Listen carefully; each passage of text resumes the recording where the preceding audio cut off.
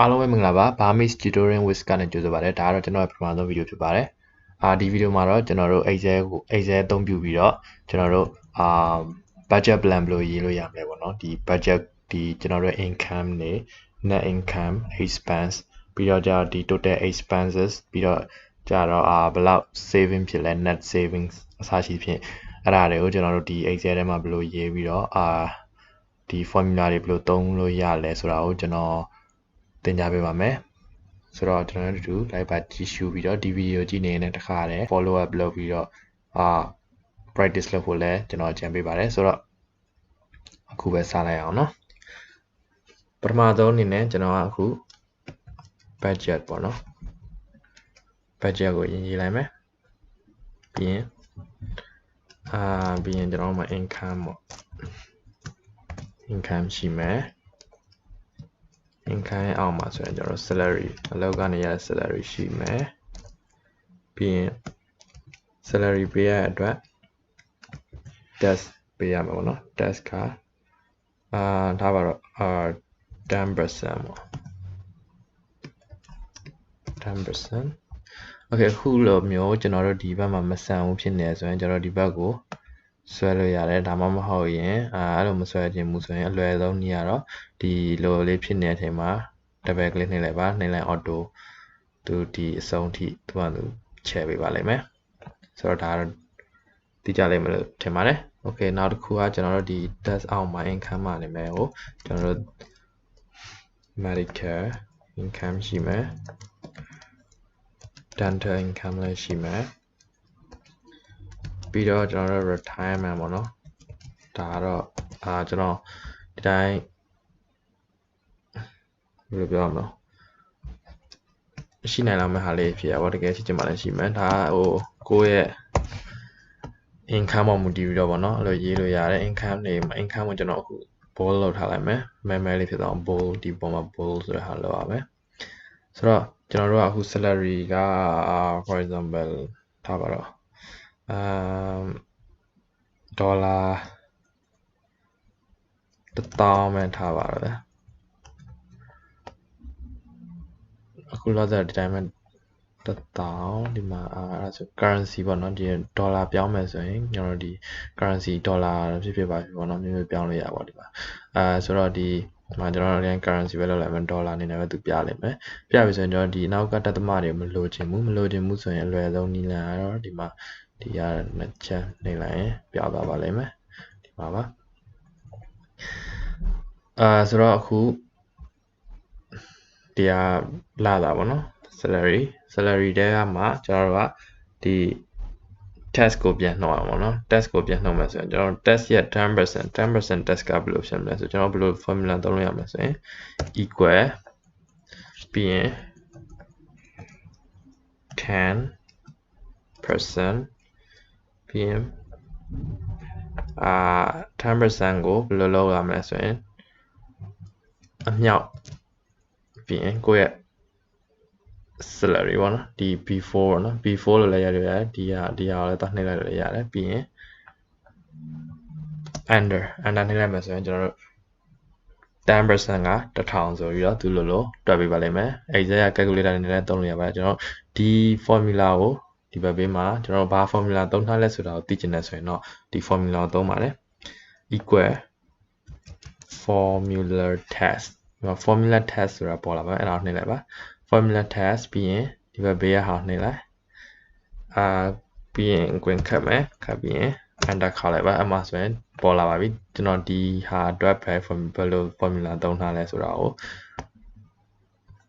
ပြပေးတာဖြစ်ပါတယ်ဒီဟာဘယ်လိုနေရာမှာသုံးပြုလို့ရလဲဆိုရင်ကျွန်တော်တို့ဥပမာ100ယောက်ကိုကိုယ့်ရဲ့ file ကိုခြားလူ100ယောက်လွှဲပေးမယ်ဒါပေမဲ့ကိုယ့်ရဲ့ formula ဒီကွက်အတွက်ဘာသုံးထားလဲဆိုတာကိုပြချင်တဲ့ခြေနေမျိုးမှာအဲ့လိုမျိုး formula test နဲ့ပေါ်ပေးထားပြီးတော့ခြားလူနားလည်လွယ်အောင်ပြပေးထားလို့ရပါတယ်okay ဆိုတော့နောက်တစ်ခုကကျွန်တော် medical ကဘယ်လောက်ရမလဲဆိုရင်ခံမှန်းကြည့်ဥပမာ1000ပဲထားပါတော့ပြီးတော့dental ကကြတော့maybe 200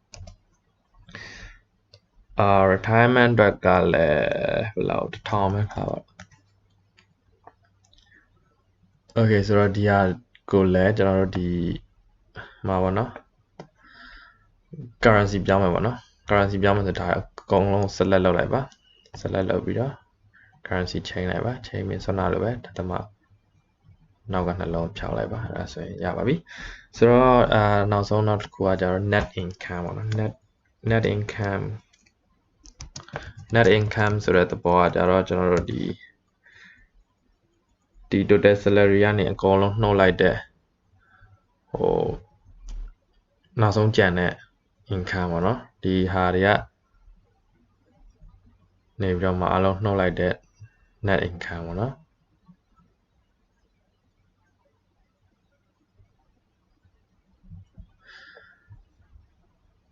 โอเคဆိုတော့နောက်ဆုံးကျွန်တော်တို့ net income ဘယ်လောက်ဝင်မလဲဆိုတာကိုသိချင်ရင်ကျွန်တော်တို့ကဒီ salary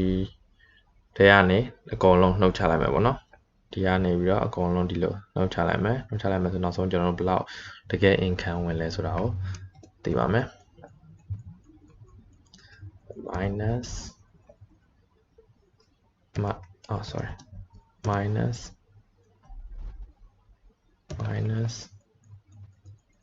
minusပြီးရင် under အဲ့ဒါဆိုကျွန်တော်တို့ဒီမှာဆိုရင်ဒီ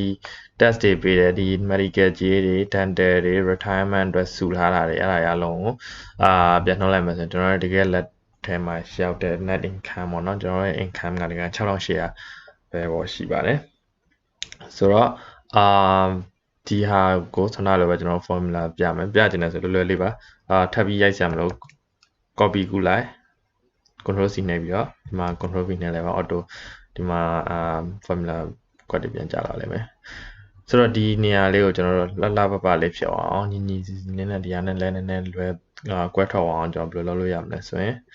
sorry ဒီဟာကိုအရင်ဆုံးဒီဟာကိုလည်းပို့ပေးလိုက်မယ်ပေါ့နော်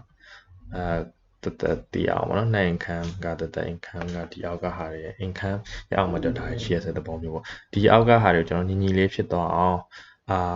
ဘယ်လိုလုပ်လို့ရလဲဆိုရင်ဒီအလဲကိုပေါ့နော်ပို့လိုက်မယ်ဒီဟာလေးနဲ့နှိပ်ပြီးတော့ပို့လိုက်ပါဆိုတော့ဒီလိုအလဲလေးကိုရောက်သွားဆိုရင်ကြည့်ရတယ်ရှင်းရှင်းလင်းလင်းပို့ဖြစ်သွားပါတယ်ဆိုတော့ကျွန်တော်အခုထပ်သွားမှာတော့ expense ပေါ့နော် expenses okay expenses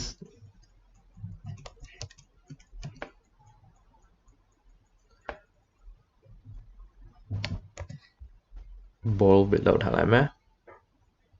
sorry select လုပ်ပြီး bold လောက်ထားလိုက်မယ်ပေါ့နော် bold လောက်ပြီးသွားရင်expand အောက်မှာကျွန်တော်ဘာရှိနေလဲဆို run ရှိမယ်ပြီးတော့food ရှိမယ်ပြီးရင်ကျွန်တော်တို့ကားရှိရတဲ့ဆိုကားပေါ့ဒါမှမဟုတ်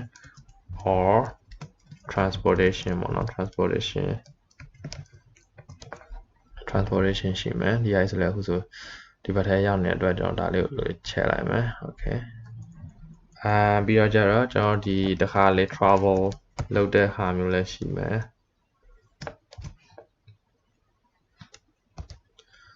ပြီးရင်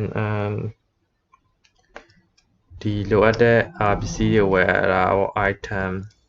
ဒါမှမဟုတ် shopping ပေါ့နော် shopping maybe ပေါ့နော်အဲ့လိုမျိုးထည့်မယ်ပြီးရင်ကိုယ်မှာခွေးလေးမွေးထားပါဆိုတော့ budget ရှိမယ်ပြီးတော့သူများကမွေးနေ့ပါအတွက်ဆိုရင် gift ပေးရပါရှိမယ်ပြီးတော့ကျွန်တော်တို့ဒီတခုခုပစ္စည်းကိုအမှအရေးကြနဲ့ဝယ်တာတို့ဘာလို့ loans ပေးရပါရှိမယ် okay ဆိုတော့နောက်ဆုံးမှကြာရင်ကျွန်တော်တို့ total expenses ဆိုပြီးတော့ထည့်မယ်ပေါ့နော်ဆိုတော့ဒီအောင်လဲ bold လောက်ထားလိုက်မယ် okay ကျွန်တော်အခုဆိုရင်ကျွန်တော်တို့ဒီ expand ကျွန်တော်တို့ကနေပြီးတော့ပြန်သုံးမဲ့ပတ်စံပမာဏကိုတွက်ကြည့်မယ်ပေါ့နော် rank ကဘယ်လောက်ရှိမလဲဆိုပုံမှန်ကျွန်တော် rank ကိုဥမာ1500ပဲထားပါတော့1500ပြီးတော့စားစာက maybe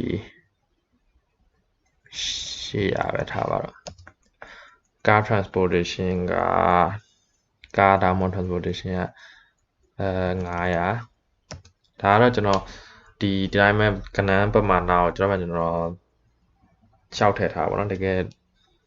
လက်တွေ့ပေါ်နဲ့ကတ်ချင်မှကတ်မယ် travel ကတော့maybe 1000ပဲထားပါတော့ဒါသိကြပါတော့ဒါဥပမာဒါဆိုရင်300လောက်သုံးမဲ့ item ဝယ်တာပဲ pad အတွက်ကလည်း300ပဲpad အတွက်200လောက်ထားလိုက်မယ်ပြီးရင် gift က100ပေါ့သိပြီးတော့မပေးအောင် loans ကတော့တစ်လဘယ်လောက်ပေးရမလဲဆိုတစ်လဥမာဒေါ်လာ900သိန်းဝန်းကျင်လောက်ပဲဘယ်လိုပေးပဲထားပါတော့ဆိုတော့အခု currency ပြောင်းလိုက်မယ် select လုပ်မယ် select all လုပ်မယ်ပြီးရင် currency ကိုနှိပ်မယ်နှိပ်ပြီးရင်ဒီတက်သမနှလုံးဖြုတ်မယ် okay ဆိုတော့ရပြီokay ဒီတော့ကျွန်တော်တို့အခု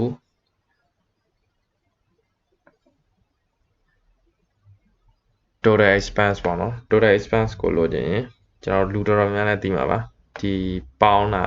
ဒီ exam မှာပေါင်းတဲ့ဟာ formula ရှိပါတယ်ဆိုတော့ formula ပါလဲဆိုရင် equal as sum ဆိုတာဖြစ်ပါတယ်လားနေလိုက်ပါနေပြီးရင်ဒီအကုန်လုံးကိုပေါင်းလိုက်ပါပြီးရင် ကွင်းပိတ်ပါကွင်းပိတ်ပြီးရင် enter ခောက်လိုက်ပါအဲ့ဒါဆိုရင်ကျွန်တော်တို့အသုံးပြုတဲ့total expense ကိုရပါပြီအဲ့ဒါဆို4900ပါနော်ကျွန်တော်တို့ရဲ့ total expense 4900ဒီ formula ဒါပါ formula သုံးထားလဲဆိုတာကိုကြည့်လို့ရအောင်ကျွန်တော်ဒီဘက်ဘေးမှာလုပ်ပေးထားပါတယ်ဆိုတော့ခုကျွန်တော်တို့က expense နဲ့ income ကိုတည်ပြီးဆိုတော့ကျွန်တော်တို့တကယ်လက်ထဲမှာစုမိမဲ့တလားစာပေါ့နော်ကျွန်တော်တို့ဘယ်လောက်စုမိမလဲဆိုရင် net savings နဲ့ပြပါမယ် net savings မှာဆိုရင်ကျွန်တော်ဘာလုပ်ရမလဲဆိုရင် net saving လို့ချင်ရင်ကျွန်တော်တို့ကဒီ income နဲ့ကexpense ပေါ့နော် expense ကိုနှုတ်ပါမယ်ဆိုတော့ formula ကဒီရတဲ့က minus ဒီဟာနှုတ်လိုက်ပါမယ်ဆိုတော့ကျွန်တော်တို့မှာရမယ်net saving ရှိလာပါပြီဆိုတော့ဒီဟာကို net saving ကိုကျွန်တော်တို့ကဒီ account နဲ့ပြမယ်ပေါ့နော် currency နဲ့မပြ account နဲ့ပြမယ် account နဲ့ပြပြီးတော့ဒီမှာသုံးနှလုံးဖြုတ်လိုက်မယ်ပေါ့နော်ဆိုတော့ဒါဆိုရင်ဒါ account နဲ့ပြတဲ့ပုံစံမှာတကယ်လို့ဥပမာကိုယ့်ရဲ့ net saving expense အများပြီးတော့ income နဲ့ဆိုရင် net saving ကminus ပြမှာပေါ့နော်ဒါပေမဲ့ဒီမှာကြတော့ဒီ accounting ဒီမှာပြောင်းထားတဲ့အတွက် accounting ပြောင်းထားတဲ့အတွက်ဘာဖြစ်နိုင်မလဲဆိုရင်ကျွန်တော်တခုပြပါမယ်ဥပမာကျွန်တော် run ကို4000ပဲထားလိုက်ပါ4000ဆိုကျွန်တော်ဒီမှာ600ဆိုပြီးတော့ဖြစ်သွားတယ်600ဆိုဖြစ်သွားအကောင့်နဲ့အနေနဲ့ပြရဆိုတော့သူက minus မပြဘူးအကောင့်နဲ့သဘောအရဆိုရင်သူက600ကို gwin ပိတ်လေးနဲ့ပြတယ်ဘာဖြစ်လို့လဲဆိုတော့ကျွန်တော်တို့ဒီအကောင့်နဲ့သဘောအရဆိုရင် minus ကသေးတဲ့အတွက်တကယ်လို့ဥမာမှားသွားတာတို့လိုမျိုးတကယ်ချင်းနေကြဖြစ်အောင်လို့ဆိုရင်တွက်ကြတော့ကျွန်တော် minus ကိုမပြတော့ဘဲနဲ့ဒီ gwin ပိတ်လေးနဲ့ negative ပြတဲ့သဘောအကောင့်နဲ့ရဲ့သင်္ကေတရပြပါတယ်ဆိုတော့ကျွန်တော်ဒါကိုပြန်ပြောင်းလိုက်ပါတော့ Okay ဆိုတော့ဒါကတော့အခုဒီ budget plan ဆွဲနေပါတော့ကိုယ့်ရဲ့တစ်လတာ30တောင်မဟုတ်တစ်နှစ်တာ30ဖြစ်ဖြစ်အဲ့လိုမျိုး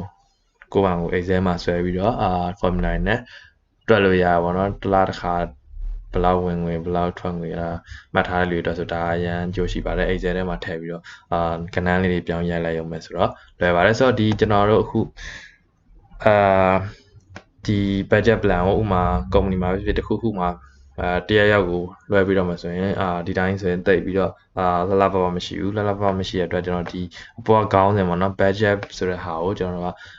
ကြီးကောင်းအောင်ကျွန်တော်ဒီ select ပေါ့နော် A နဲ့ B ကို sorry A နဲ့ B ကို column တစ်ခုကို select ပေးတယ်ပေးပြီးရင် merge and center ဆိုတာနှိပ်လိုက်ပါတယ်ဒီက merge and center နှိပ်လိုက်တော့ layer ကိုရောက်သွားပါမယ်layer ရောက်သွားပြီးတော့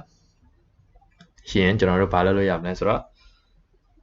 design ပေါ့နော်ဒီ set styles တွေပေါ့ styles တွေကိုပြောင်းလို့ရတယ်ဒီမှာပေါ့နော်ဆိုရင်ကျွန်တော် celebrity ပေါ်တင်ထားတဲ့အတွက်ဒီကောင်း heading ပေါ့နော်အခုဒါဆို heading ဖြစ်တဲ့အတွက် heading ကျွန်တော်ရိုးရှင်းဒီမှာပဲ